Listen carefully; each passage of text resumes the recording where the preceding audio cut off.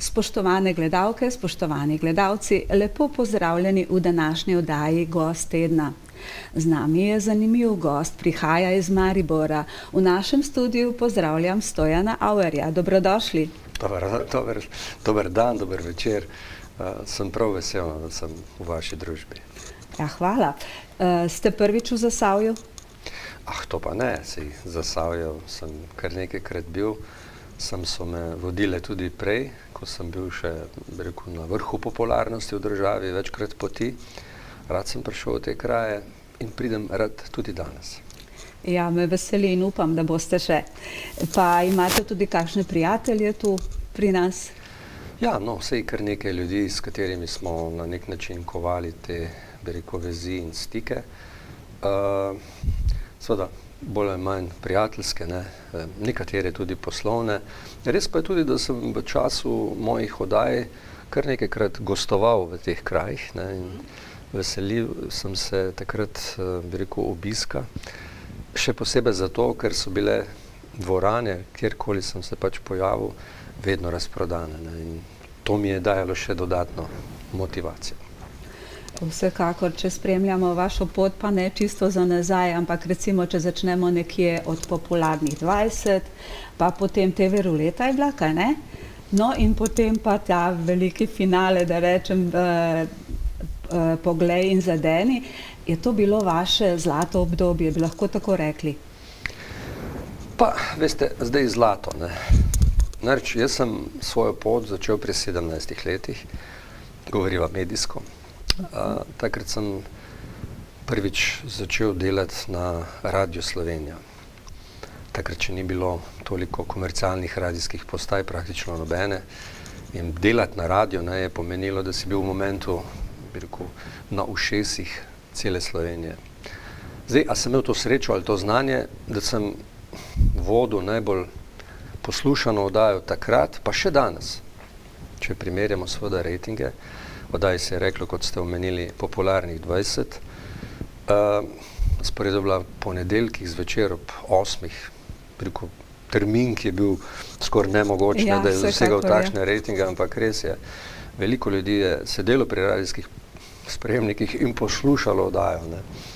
Jaz kot mulc sem seveda se zavedal, da premikamo na nek način preko neke običaje ljudi. Nihče namreč predtem ni v ponedeljkih zvečer posedal pred radijem. Bolj so to ljudje počeli ob nedeljah in še to gospodinje v nekih časih Marjana Kralja, ki je pač izpolnjeval glasbene želje v nedeljo zvečer. Starejši se bodo tega spomnili. Kot pa mladi, ki so ob ponedeljkih večer sedeli pri radiju. Iz tega je potem seveda nastala moja želja, da bi vse to selil na televizijo. Takrat nisem mogel verjeti, da je na eni strani radio bil tako uspešen, na drugi strani pa televizija, ki praktično ni ponujala nobene, jaz temu rečem, kvalitetne televizijske oddaje, ki bi bila v primerjavi z drugimi evropskimi državami vsaj primerljiva, če ne še boljša. Sobote večer so bile, namenjene, bi rekel, oddajam tipa TV Križanka, ki sicer nič slabega, ampak spet ena oddaja, ki je bila licenčna takrat. V nedeljah je pa spoštovani takrat urednik Mito Trefalt delal oddaje, tipa Nedeljskih 60, ki so same po sebi bile takšne, kot so pač bile. Jaz sem nekako mislil, da bi zmogel več, da bi lahko gledalcem ponudil več. In takrat sem prišel na televizijo z željo, da vendarle naredimo tudi kakšen korak naprej na televiziji. Imel sem dobro izhodišče, ker sem bil najbolj poslušan na radiju. In tu so bile težave, ni bilo kar tako enostavno priti in zdaj boš pa ti imel oddajo. Tako da so mi res najprej, pa ne v Ljubljani, ampak v mariborskem studiu ponudili 15 minut v sredo popoldne na drugem programu ob 5:30.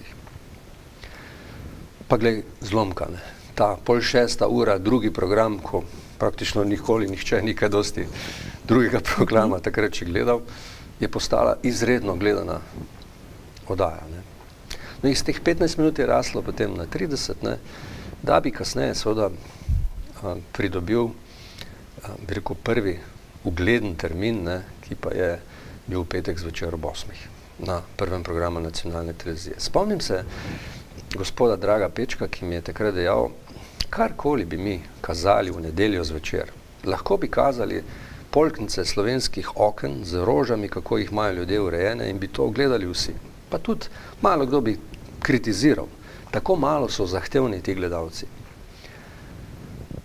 Meni to, moram reči, ni bilo najbolj jasno, ne? Da bi ljudje gledali polknice z okna Slovencev in Slovenk, kako imajo nasajene rože po televiziji zvečer ob 8. Ampak dejansko se mi zdi, ali pa se občutek imam, ne, da so še danes gledalke in gledalci v Sloveniji izredno nezahtevni. Da praktično ne zahtevajo veliko, da gledajo to, kar jim pač nacionalna televizija ponudi, ne, in zato še plačajo skozi RTV naročnino.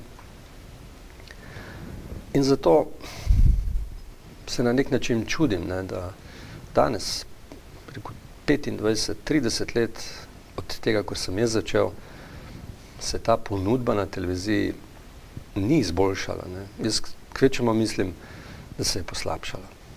Ja, resnično ste šel tako, ja, vsekakor se strinjam. No, glede na to, da ste prišli na ta termin in v to oddajo, se spomnite prve oddaje, prvega gosta, kako je vse skupaj potekalo?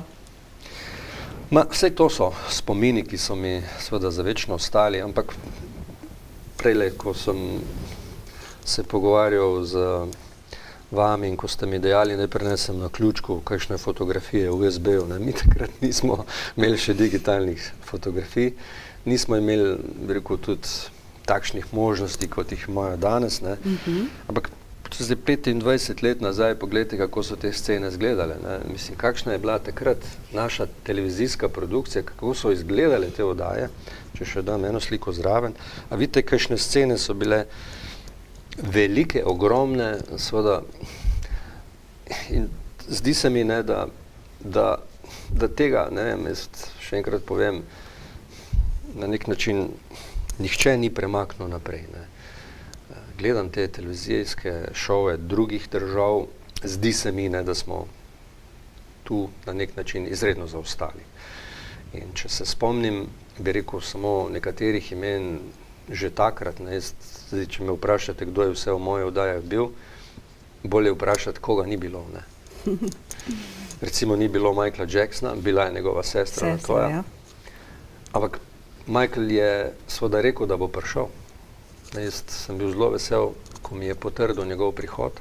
In kaj je prišlo vmes? To je bila oddaja, ki sem jo delal izključno, kompletno, bi rekel, oddajal sem po svetu.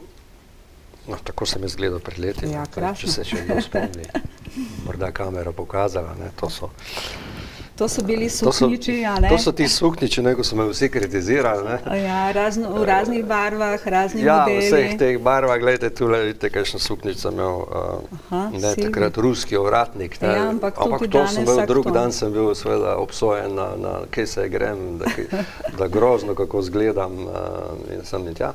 Ampak to so me bolj ženske ocenjevale, ne, tako da ne vem sicer zakaj, ne. Ja, ženske pa moda, pa... No, hotel sem reči, da sva, bi rekel, začela pogovor v smislu, koga ni bilo, no, in Jackson je takrat na nek način potrdil prihod. Jaz moram reči, ne, ko je prišel popoldne ob 4, takrat smo imeli še telefaks, ne. Nismo imeli še mailov in tega, ne. In ko je popoldne ob 4 začel zvoniti telefaks in je hodil ven ta faks, ne, ki je bil na 50 straneh, tista rola moja se kar sukala, jaz sem jokal od sreče, ne, ker v bistvu ni zahteval ničesar, tudi ni zahteval nobenega honorarja, ampak takrat mi je nacionalna televizija prepovedala njegov nastop, ne. Tedanja urednica Miša Molk je rekla, da Michaela Jacksona pa ne bo na televiziji Slovenija, dokler je ona urednica. In zdaj, veste, toliko truda, toliko energije vlagati v to, da nekoga dobiš in ga pripelješ v Slovenijo. Šlo je za oddajo, ki bi jo v celoti želel, takrat sem želel posvetiti celotnemu izkupičku za pediatrično kliniko v Ljubljani. Zbirali smo namreč denar, da se ta pediatrična klinika nujno potrebna takrat postavi. Bila je ena akcija, ko smo 5000 medvedkov, ki so nam jih otroci podarili, prodajali v smislu donacij za to kliniko. In finale bi bil ravno dogodek televizijske oddaje z gostom Michaelom Jacksonom. Pa razlog ste kdaj izvedeli, zakaj? Ona je pač trdila, da je sporen zaradi tega, ker pač je njegova, bi rekel, povezano z otroci, pa ne vem, kaj je bila takšna in drugačna. Glejte, mislim, hotel sem to povedati, ne, reči ljudem, njegovemu managementu in njemu osebno, da ne hodi, potem, ko mi to potrdijo, zaradi tega, ker ima nekdo na nacionalni televiziji pomisleke okrog njega, ne. Veste, to je bilo veliko težje, kot pa njega pripeljati. Ne. To vsekakor. No in to je bil razlog, da sem jaz kasneje tudi zapustil televizijo, da sem se odločil, da me več ne bo. No zdaj govorimo seveda samo o pevcih, o znanih ljudeh, ne vem, od teh, ki sem jih zdaj omenil, ampak vsak teden so bili na televiziji ljudje, ki so počeli najbolj nenavadne stvari na svetu. Ni bil samo pevski vložek, tisti, ki je ljudi koval na televizijske, bi rekel, stolčke doma, ne. Ampak so bili to šovi, ki so seveda prinašali ne samo Evropo v Slovenijo, ampak tudi svet v Slovenijo. In so se nam čudili tako Hrvati kot prvi vrsti Avstrijci, ne. Namreč, ko sem pripeljal, recimo, ne vem, prej sva gledala eno simpatično damo, če jo bomo najdla tle v tej gori slik, nekaj sem izluščil. Mislim, da je govor, ne vem, o eni Samantha Fox, ki je bila prava ikona, recimo. To je recimo, ne vem, Peter Andre, pa slika je tu z Robbie Williamsom, Justin Timberlake je bil pri meni. Govorimo o Samantha Fox, recimo, ne. Ja, tudi je bila, ja. Ko je moj klic šel na televizijo, recimo, vidite, to so šovi, ki jih seveda danes pogrešam. Zelo atraktivno. Sem klical na Adria Airways z željo, da bi Adria te ljudi pripeljala sponzorsko seveda z letalom iz Londona, iz Frankfurta, kodar je pač Adria letela takrat, ne, in niso našli interesa. Je pa našel interes Austrian Airlines, ne, in recimo Samantha Fox pripeljal z velikim ja, ne, v Avstrijo in ko ona šla dol po stopnicah letala, ne, so jo slikali. To je bila odlična reklama za Austrian Airlines, ki so jo kasneje seveda velikokrat še koristili tudi v njihove propagandne namene. Seveda. Ker je v bistvu bil minimalni vložek, neko karto dati za, ne. No in ker se je začelo govoriti o tem tudi po Avstriji, kaj pa je to za nek oddaja, nek poglej in zadeni, nek Stojan Auer iz Slovenije, ne, sem seveda dobil povabilo kasneje tudi iz avstrijskega ORF-a, kasneje pa tudi z nemškega, torej nacionalne hiše CDF-a, torej, kjer smo pa potem kasneje kovali že pa močnejše vezi. Jaz sem imel oddajo v petkih, moj, bi rekel, kolega Tomas Gočar, ki je imel ob sobotah najbolj gledano oddajo v Evropi, Veten das, in tisti, ki so bili pri meni v petek, so šli v soboto na CDF. Ne. Tako se je to počelo. Ne. To je bilo lepo sodelovanje pravzaprav.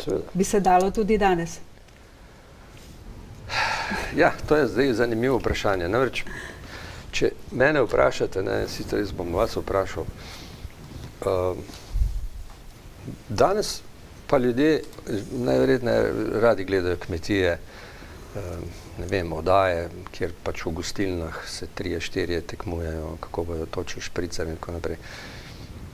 Morda so danes novi trendi, jaz tega sicer ne gledam, pa tudi ne razumem, ne, ker se mi vendarle zdi, da smo daleč stran od neke Evrope in daleč stran od nekih šovov, ki bi bili evropsko primerljivi. Ne.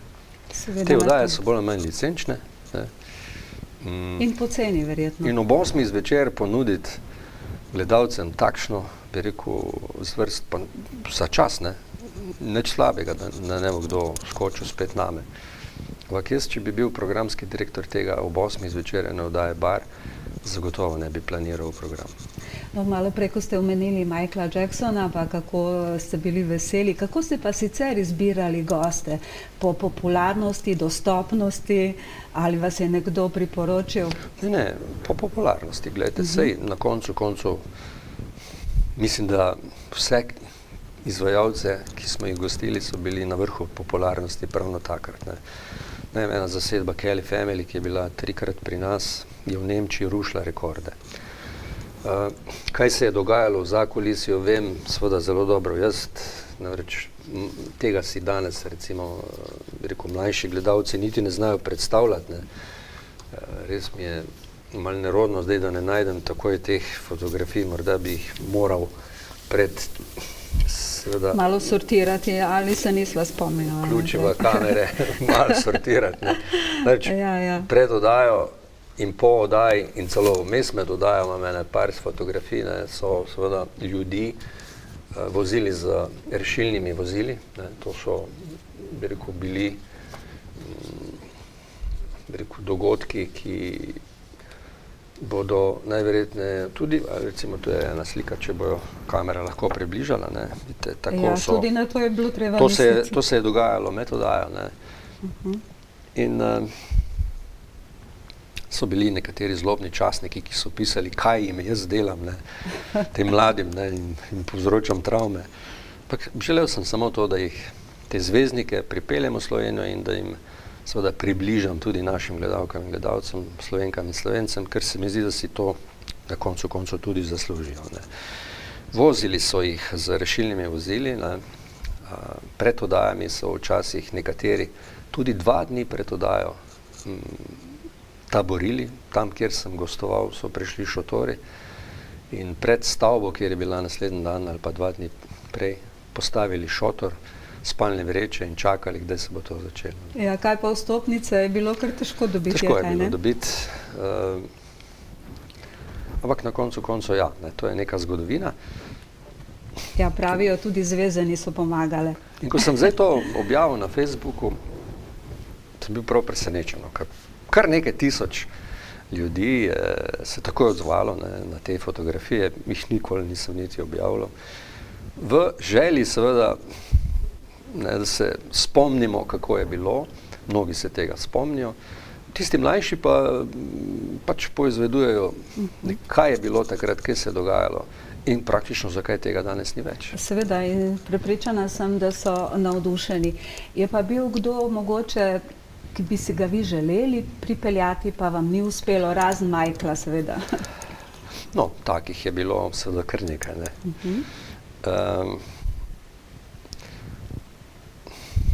Spomnim se, da smo seveda želeli na nek način vzpostaviti te kontakte tudi z ameriškimi zvezdniki. Danes bi mi to najverjetneje bistveno lažje uspelo, bom tudi povedal zakaj. Namreč leta 1992, ko sem jaz začel delati na televiziji te malo večje spektakle, je ena izmed mojih prvih oddaj, pravzaprav prvi televizijski prenos, iz zunaj, torej ne iz studia, bila oddaja Model leta. In na tej oddaji je nastopila Melania Knauss, danes soproga predsednika Združenih držav Amerike. Jaz moram reči, da imamo v arhivu skoraj 3 ure videoposnetkov, seveda oddaj, v katerih je ona nastopila, še danes. Da je v času, ko je tekla ta ameriška, bi rekel, kampanja za ameriškega predsednika, k meni hodilo kar nekaj teh producentov največjih televizijskih hiš, ABC, NBC, v želji, da jim te posnetke predam, ker gre za edinstvene posnetke, gre za edine posnetke Melanije na začetku njene kariere, pa tega nisem storil. Če bi vas pa ona zaprosila? No, to je povsem drugače. Jaz nisem hotel škoditi njej, ker na koncu koncu se mi ni zdelo pošteno. Nisem vedel, v kakšnih namenih bi jo te televizijske hiše predstavili. Gre seveda v nekih posnetkih tudi Melanja v kopalkah, pač kjerkoli smo jo snemali. Ne. Čeprav je takrat izgledalo odlično, to je treba priznati, ne, in še danes gleda odlično. Pa vendarle tega nismo, oziroma nisem dal. Kar pa seveda obžalujem je pa to, ne, da imamo, če vprašate mene, najbolj prepoznavno ikono na svetu. Mislim, da ni Zemljana, ki nje ne pozna. In tega ne znamo izkoristiti. Ne. Zdaj, zakaj govorim? Prvič, če bi jaz bil na televiziji, bi naredil vse, da bi naredil eno oddajo, ne, morda dolgo, pol ure, 3 ure, takšno, kot je recimo zdaj z menoj, obogateno z različnimi posnetki, njene, bi rekel, zgodovine, sedanjosti, in jo, lahko rečem, prodal po celem svetu. Vključno za posnetki, ki jih imam jaz. To bi pa bilo res... V vseh jezikih in vsi praktično bi lahko takšno oddajo vrteli v prime timih. V Afriki, predvsem na vzhodnem bloku, v Rusiji, povsod. Ampak, poglejte, tega nihče ne izkoristi.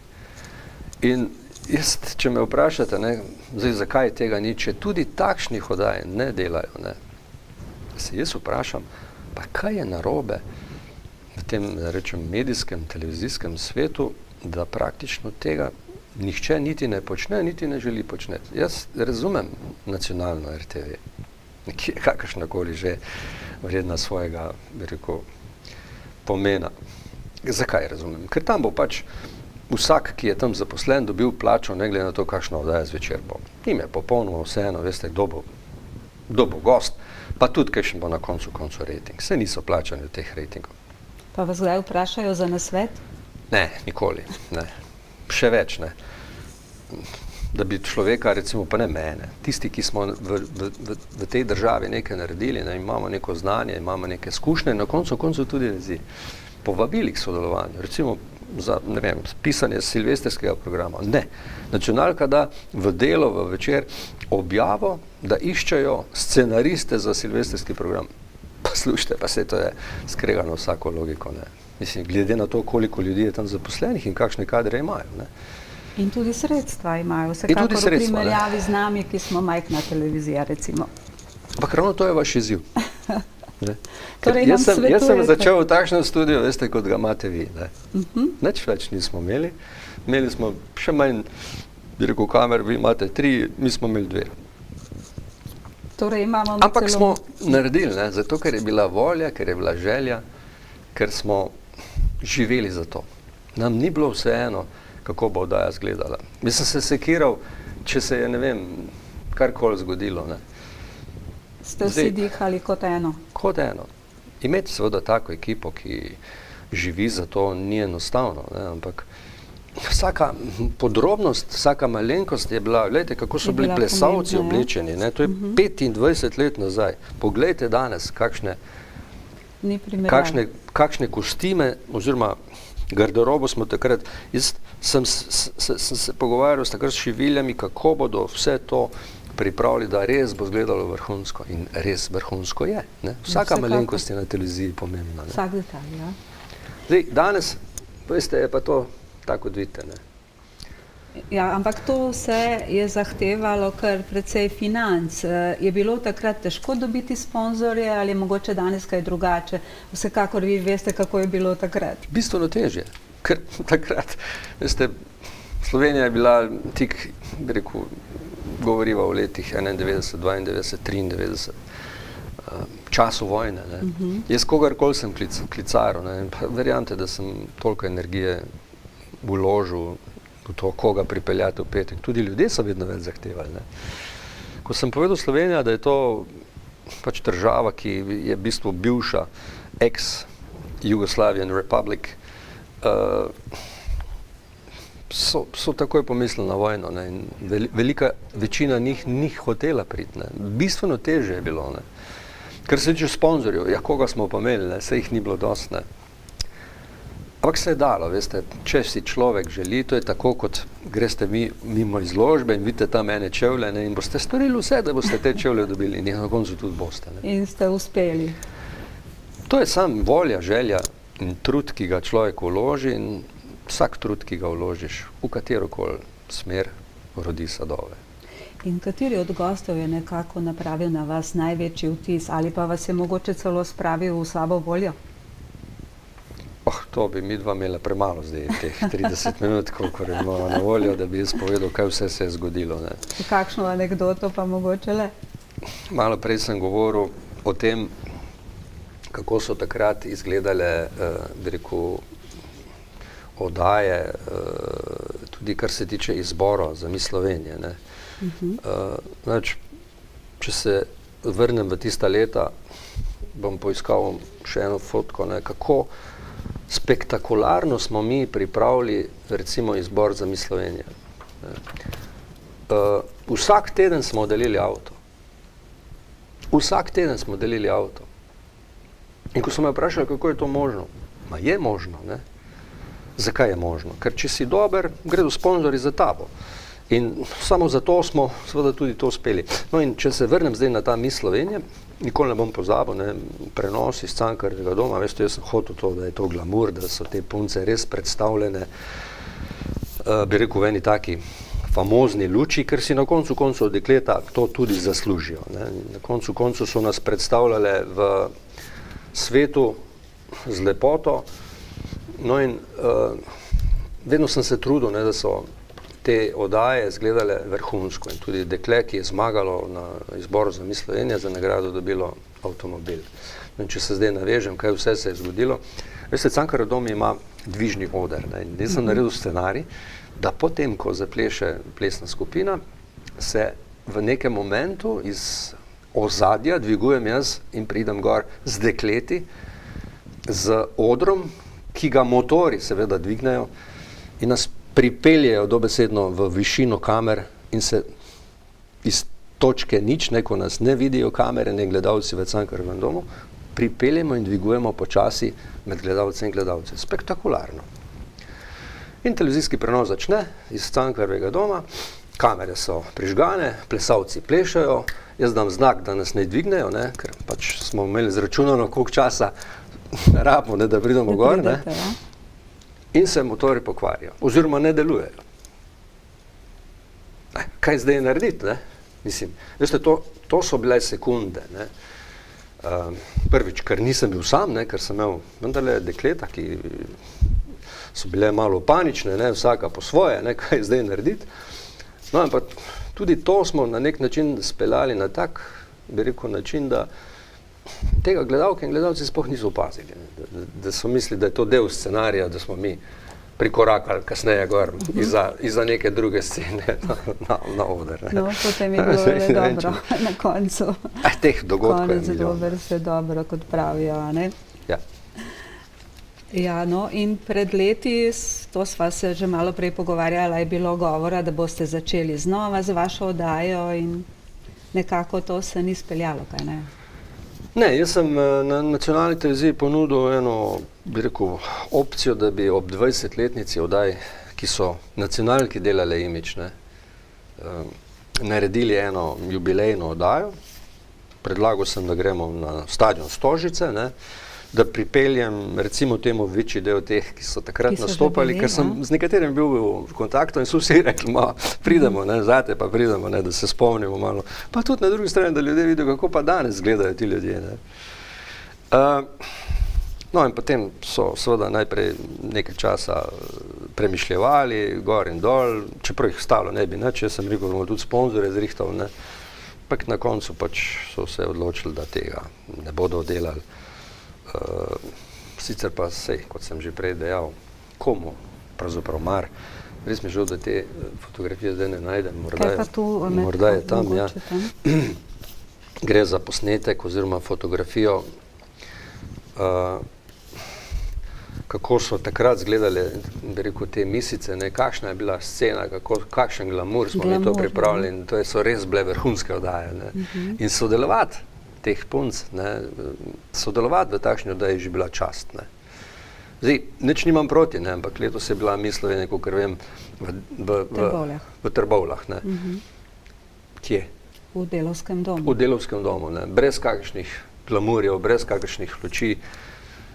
Razvrednoti se, ne. Ampak 25 let potem, ko je tehnika domala šala mala, ne, se mi zdi to praktično nespremljivo. No. Da bi bil potreben neki večji prostor. Pa tudi televizije, ne, ki ne najdejo interesa, da bi mi Slovenije, ki nas predstavlja, če druga ne, naša televizija bi morala vložiti v to, bi rekel, nekaj svojega, če druga ne tehnike, ne, in seveda opreme, ki jo ima, se nas na koncu ta predstavlja v svetu. Se to je najcenejša reklama za neko državo, ki se reče Slovenija. Ne. Tako pa to gre mimo, veste, ne, čisto tako, da nikogar to ne zanima. Ne. Ja, to nekako ni več tisto, kot je bilo, a ne pa tudi recimo Ema. Zakaj ne?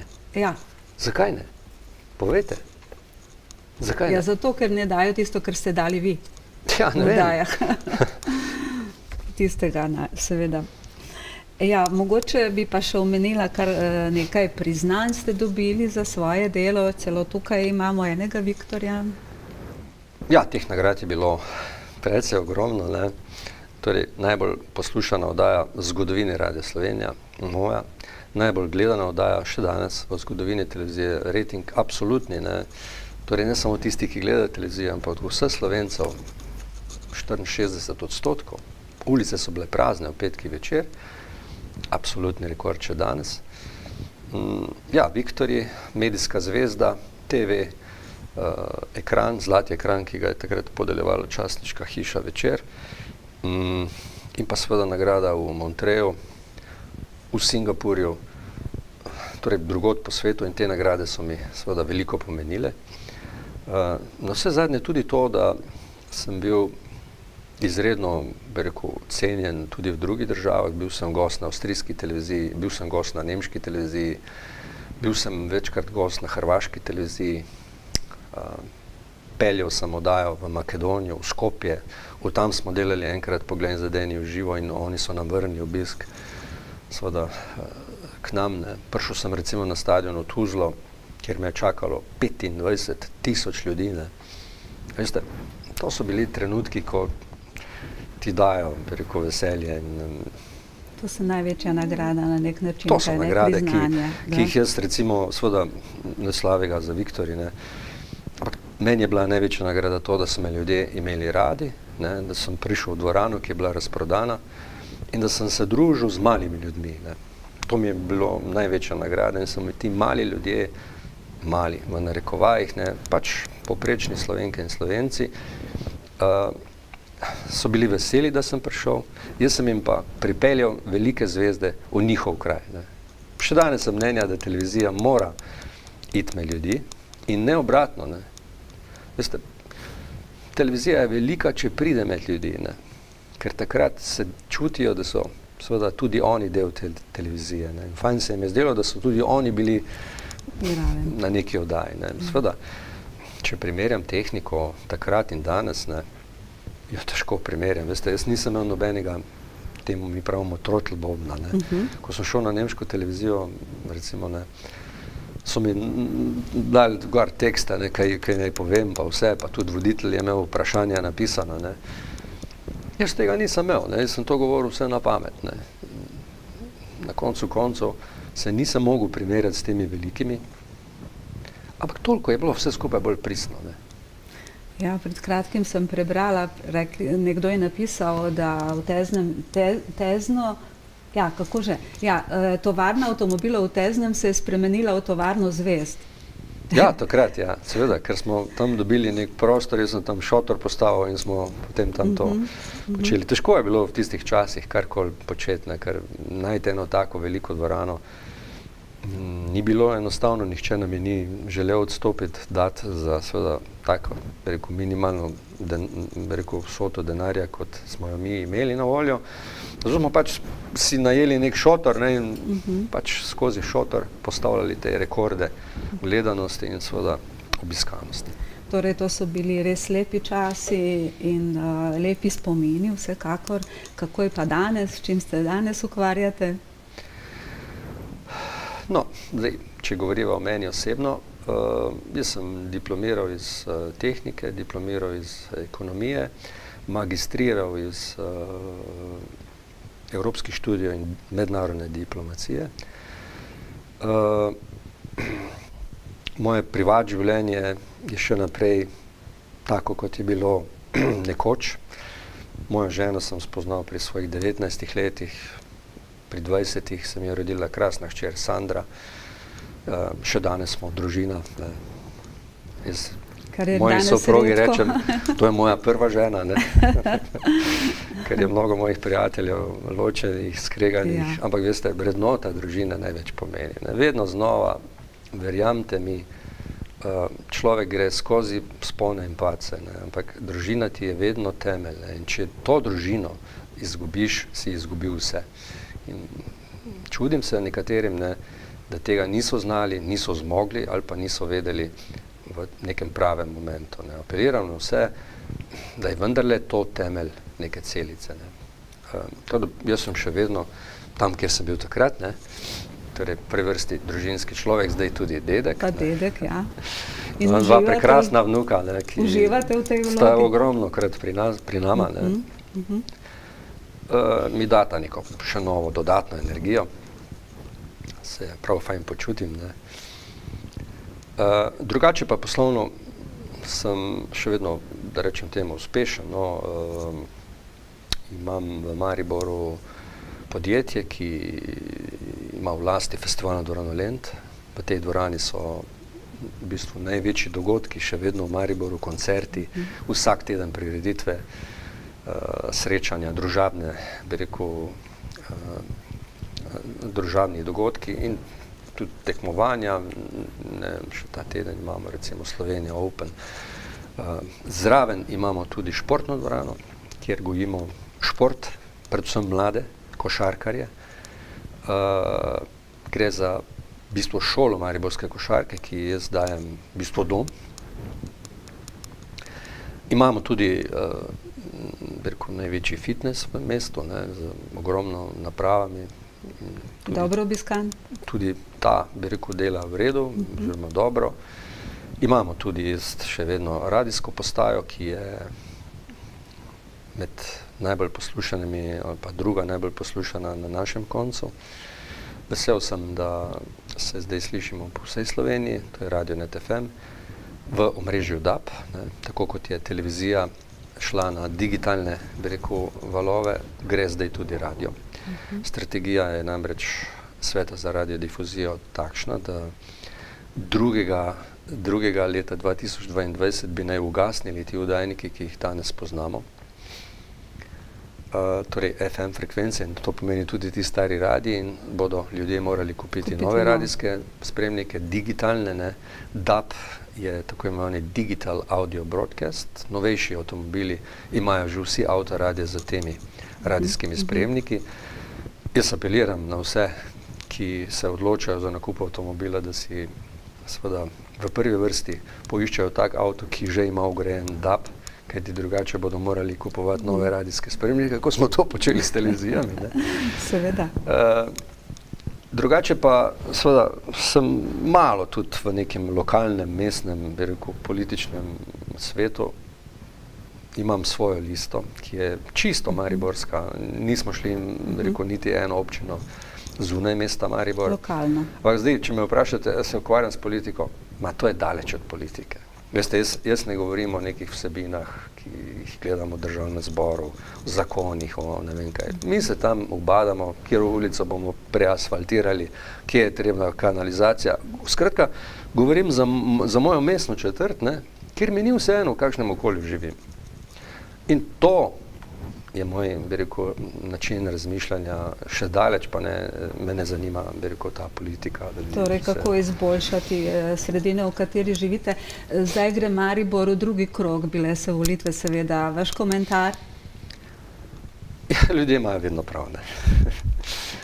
Jaz sem vesel, da imamo v drugem krogu novi obraz, ki prinaša morda neko svežino, ne poznamo ga, kako bo deloval na tem, bi rekel, parketu, kar se tiče županovanja. Ampak veste, župan, to zdaj se sliši, ne vem, strašno larifari, ampak župan je v bistvu direktor nekega podjetja, ki je izredno veliko. V Mariboru to pomeni več kot 100 000, če želite, zaposlenih. Ne. Skrbeti mora za njih, jim nudi dober servis, ker ljudje si to zaslužijo. Čas si mora imeti za vse in tu jaz moram še enkrat reči, čeprav ga vsi kritizirajo, ga ne marajo, ne vem kaj vse, ampak Zoran Janković je naredil iz Ljubljane mesto, ki ga tudi sam, bi rekel, rad obiščem. Ne. In to mora biti župan. Ne. Jaz kadarkoli sem bil v Ljubljani, pa to nisem bil malokrat, sem ga zvečer videl, da hodi tam po ulicah, gleda, njemu je vse to na dlani. Ne. Župan ne sme biti, veste, samo v pisarni pa biti nek gospod, ne. Župan mora, tako kot televizija, med ljudi. To je vrednota. Ne. Kaj pa vas to mesto ne mika več? Jaz sem enkrat poskusil, dobil sem takrat nekaj manj kot 9000 glasov. To je bilo premalo, ne, da bi zmagal. Recimo zdaj je dobil Franc Kangler, ker je v drugi krog 11. Ne. Ampak še enkrat, človek pač poskuša, ne, dal sem, bi rekel, svoje ime, svoje znanje, nekaj, bi rekel, ambicije, da bi to mesto naredili evropsko, tako kot smo ga naredili v smislu televizijskih projektov. Ljudje to niso prepoznali, ne, v takšnem številu. Jaz se temu čudim, ne, kot so Slovenke in Slovenci zadovoljni z ponudbo televizije, ne, programov. Niso zahtevni. Nacionalka lahko da ob 8 zvečer, kaj če? No? A poznate koga, ki bo razmislil, pa zakaj so nam zdaj to dali? Ne? Pa zakaj nam ne dajo nekaj boljšega? Ne? Ljudje so zadovoljni z vsem. Zanimivo. Ne zahtevajo torej dosti. Ne? Niso malo, zahtevni. Ja. In podobno je v politiki. Ne? Veste, zdi se, da imajo ljudje raje neke laži. Ne? Enostavno prideš, rečeš, vi boste imeli zastojne avtobuse, imeli boste večje penzije, imeli boste, ne vem, 13. plačo, božičnice, potem tega sicer ne daš, pride nove volitve, zakaj pa nam nisi dal? Ja, glejte, ne, trudil sem se, ni pa šlo, ne, in spet ga volijo, ne, ampak ne obsojajo torej tistega, ki nekaj naredi, oziroma tisto, kar obljubi, ne naredi, ne. Tak pač je, ja. S tem se je treba sprijazniti, zato pa je tako, kot je. Ne? In imamo bolj ali manj ene te iste politike, pa jaz ne vem, odkar sem jaz televizijo zapustil, vse jih vidite tukaj. Še vedno nekaj, isti, ja. Vse so kar isti. Ne? Ja, tako je res. No, prej sva govorila o teh oddajah na TV, mislim, nekaj mnenja je bilo. Katere pa vi gledate? Gledate sploh televizijo? Ne, to ste me pa zdaj našli. Jaz vsake toliko malo pogledam, ne, kaj recimo v prime time planirajo. Ne. Jaz se čudim recimo enemu programu, kot je Planet TV, ne, ki ima vrhunske možnosti, prvič finančne, drugič tehnične, kot komercialni televiziji. Ne. In na drugi strani rejtinge, ki jih dosega, so praktično neopazni. Ne.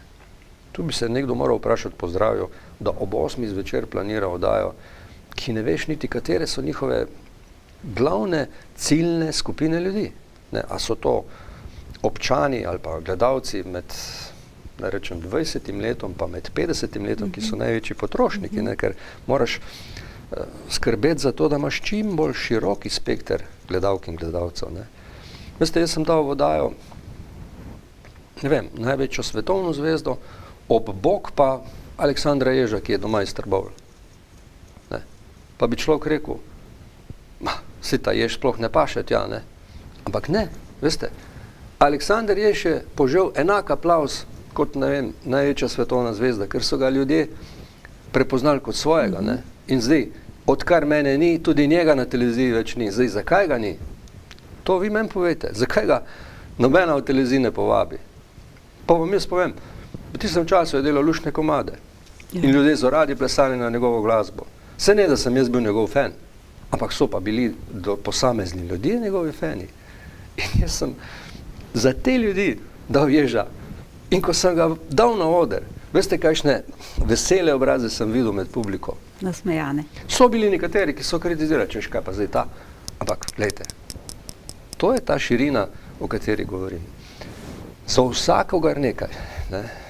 Po drugi strani pa nacionalna televizija, katere RTV naročnino plačujemo vsi. Jaz osebno mislim, da sem eden večjih plačnikov, ne, ker imamo več televizij in moram za vsako televizijo v fitnessu plačati RTV naročnino. Čeprav je ne gledamo, ne. Gledamo vse druge kanale, ampak plačujemo pa to. Ja.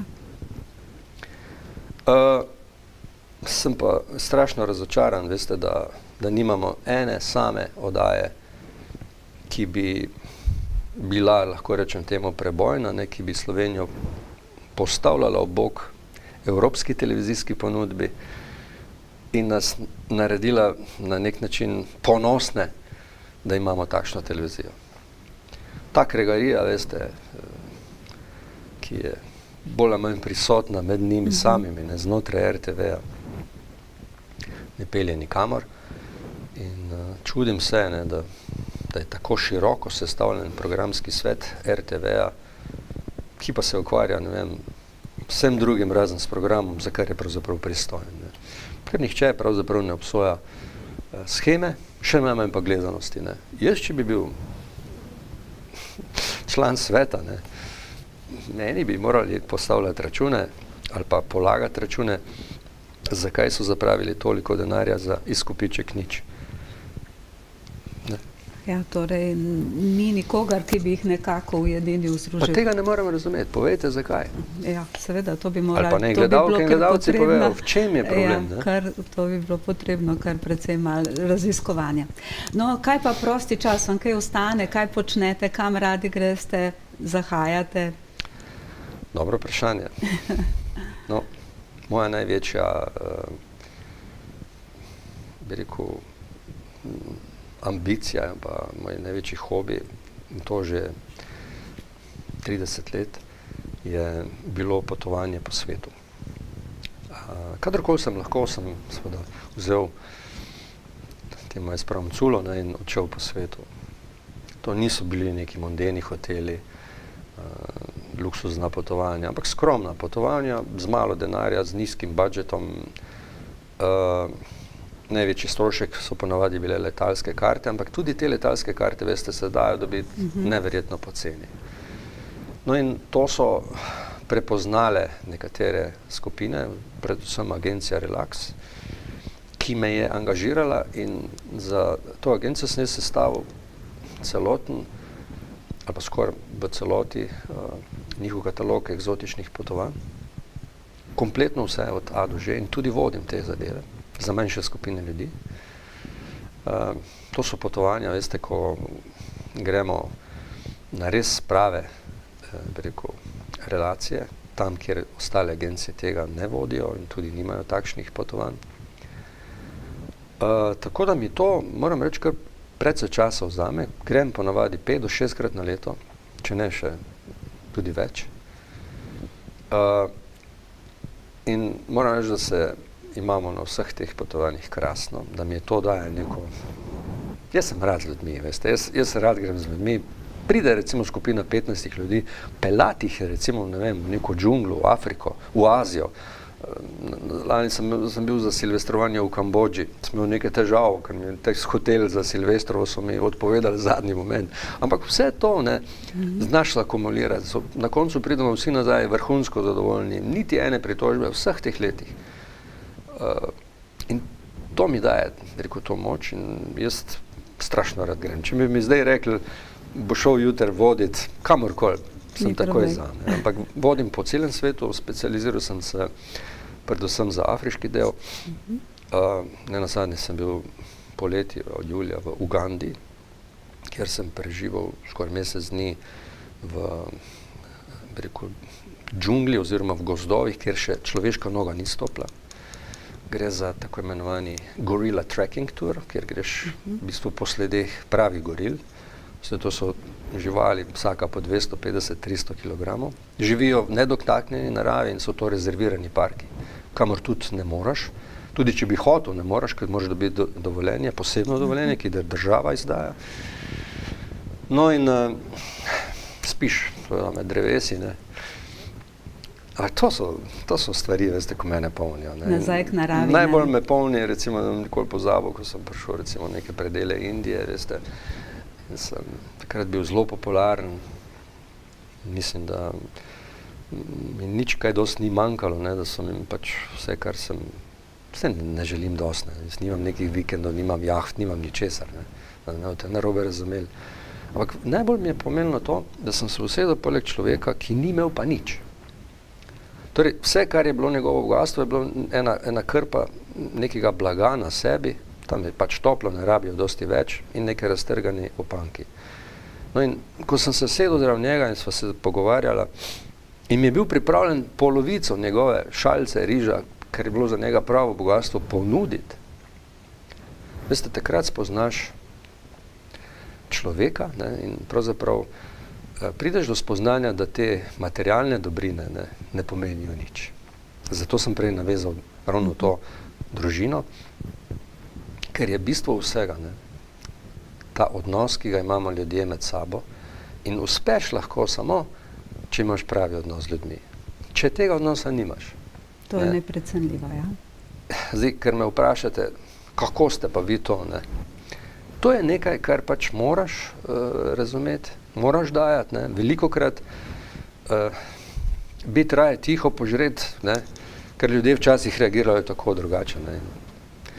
Ampak ta odnos in ta skromnost, ne, je pa največja vrlina, ki jo bi polagal na srce vsem, ne. Na koncu tudi vi lahko jutri naredite največjo oddajo, najbolj gledano, ne, recimo Melanijo Trump naredite eno dokumentarno oddajo, imate vse možnosti, ne. Poznate, bi rekel, tudi ljudi, se na koncu tam, kjer je ona živela, ni tako daleč, ne. Gledano na ves svet pa sploh ne. In si to želim, ne, ampak boste uspeli, pa veste zakaj? Ker znate komunicirati, ker ste tudi mene pripeljali v to oddajo in me večkrat spomnili na to.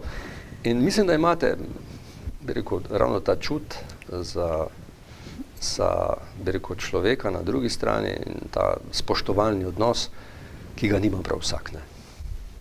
Ja, hvala lepa in hvala, ker ste bili naš gost. Upam, da še kdaj. Hvala tudi vam. Spoštovani gledalci, to je bil Stojan Auer, malce drugače. Nasvidenje in hvala, ker nas spremljate.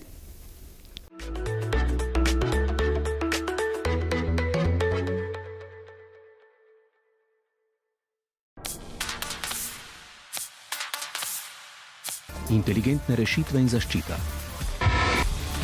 Moč.